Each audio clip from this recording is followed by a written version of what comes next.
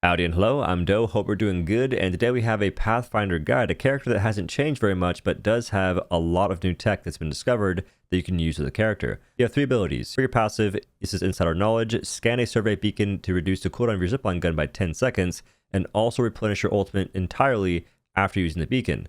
So the main thing here is you can make a zipline, go scan a beacon, and make another one, and you can keep scanning the beacon every single round. Your tactical is grappling hook. You can grapple anything in the game aside from a few objects, such as Gibby's bubble. But just keep that in mind. You can grapple buildings, objects, flyers, and even people. And that's the main takeaway with its ability. The cooldown of grapple is based on how far you travel, and it starts counting down the moment you land. So on the low end, it's 10 seconds. On the high, it's going to be 30. So be careful about just grappling around willy-nilly, because you might just grapple into a full team and have a 30-second cooldown and a bad time. And your ultimate, zipline gun, creates a zipline for everyone to use. That includes you, your teammates, and the enemy. Now it's time to learn how to get good at Pathfinder. If you want to go further with grappling hook, you can do a lot of different things, such as, number 1, hold the forward key and jump the moment your grapple hits the ground or a building.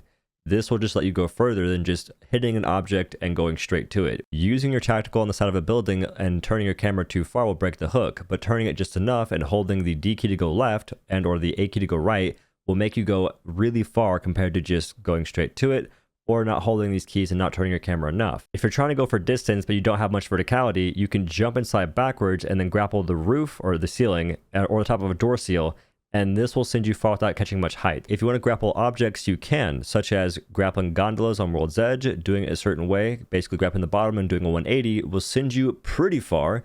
Grappling Mad Maggie's ultimate, grappling tridents, and you can also grapple Crypto's drone. There's also a ground grapple jump, which is pretty niche but might be useful. You angle yourself 45 degrees with the ground, grapple the ground, and hit space at roughly the same time, and you'll be jumping in the air at around 3 times the height of a normal jump. If you're playing mouse and keyboard or high sense controller, you can do 180s with a grappling hook. Just turn your camera midway through the grapple and it looks freaking sick. If you want to cancel your grappling hook, press the ability again. This is useful in some cases because you'll grapple an object and another object comes into contact with your grappling hook, and this can actually mess up how far you'll go. So to actually recover from that, cancel it before it happens.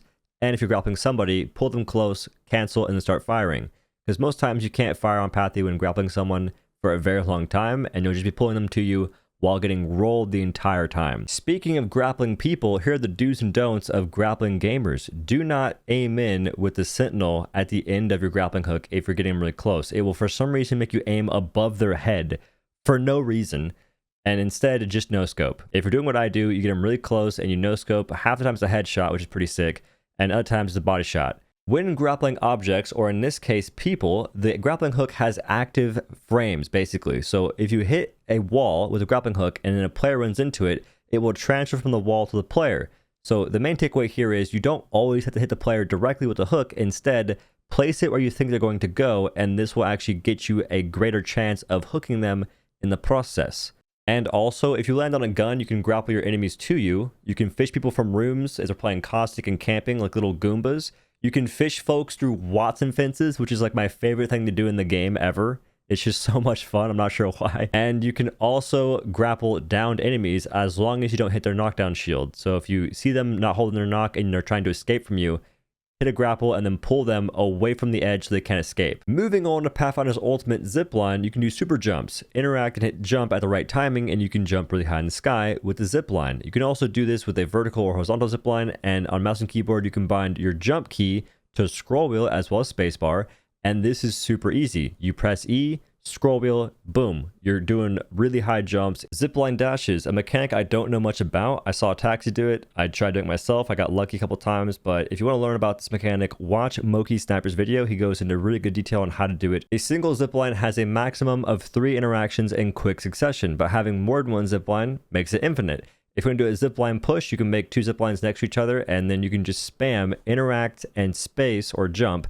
alternating it, and you'll go really freaking fast in the direction you're trying to go. You can also do ziplines further apart and zipline jump to them infinitely, like scroll. That's how you say it, right?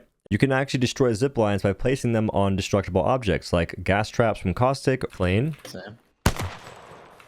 and it's gone. Oh. Wow, it explodes. rampart walls, and maybe Newcastle's Q. It'll just fade away. You cannot make an ultimate until it's interesting development. And the last tip I can give for Pathfinder's ultimate is to not place it in a way that enemies can freely follow you, which is much easier to show than to try and explain. So do something like this. Now let's talk about loadouts for a second here, okay? You're dropping to Verdansk. I mean, World's Edge, Olympus, King's Canyon next season. What kind of guns do you want to be using on Pathfinder? The answer is honestly whatever you prefer, but me, personally, I really do enjoy the Sentinel. There is simply no comparison to the amped Sentinel in Apex for me. Like, once you get that thing charged up, you hit a gamer for 158 to the dome, and they got white armor, they're just down skis. There's nothing that's more fun than that for me. And just hitting headshots with that gun, hitting body shots with that gun, it just feels and sounds good the entire time. So if I'm playing Pathfinder, I'll have that gun plus like a P2020 with hammer points for fun. Or if I'm trying to play seriously, I'll have Sentinel and like a flatline or R301. And in some cases, I'll run double Sentinel to send a message to my enemies that, hey, if you kill me, you can't feel good because I had 2 Sentinels. If I kill you, you have to feel horrible because you just got dunked on by a double Sentinel Chad. Giga Chad. D.O. Double Douglas. That's right. Remember the name, son. Like, it just feels good sometimes, but I will say it's not really practical because having a deadass tempo on the Sentinel is basically the same as having 2 Sentinels, if not better. And you do want to have a spray weapon or a shotgun to make up for the slack because sometimes you'll be missing them up close shots with a Sentinel. It's just going to happen. So that's why a lot of folks do not run double Sentinel. It's just not ideal. But yeah, find your fancy, find the guns you want to use, run them. You can run like Sentinel RE45 hammer points, Sentinel Mozambique. Like, Sentinel plus anything is actually pretty fun and decent. The best thing I think would be like Sentinel Flatline. That's like the best case. And or Sentinel PK like Manda uses. Anyway, that's the video, y'all. Thank you for watching. Hopefully it was helpful, educational, and mostly to the point. I tried my best. If you like this kind of video, I can make more for other characters. Just let me know if you liked it by dropping a like, leaving a comment, supporting the video in that way. And thank y'all for watching. I'll catch you in the next one. Peace.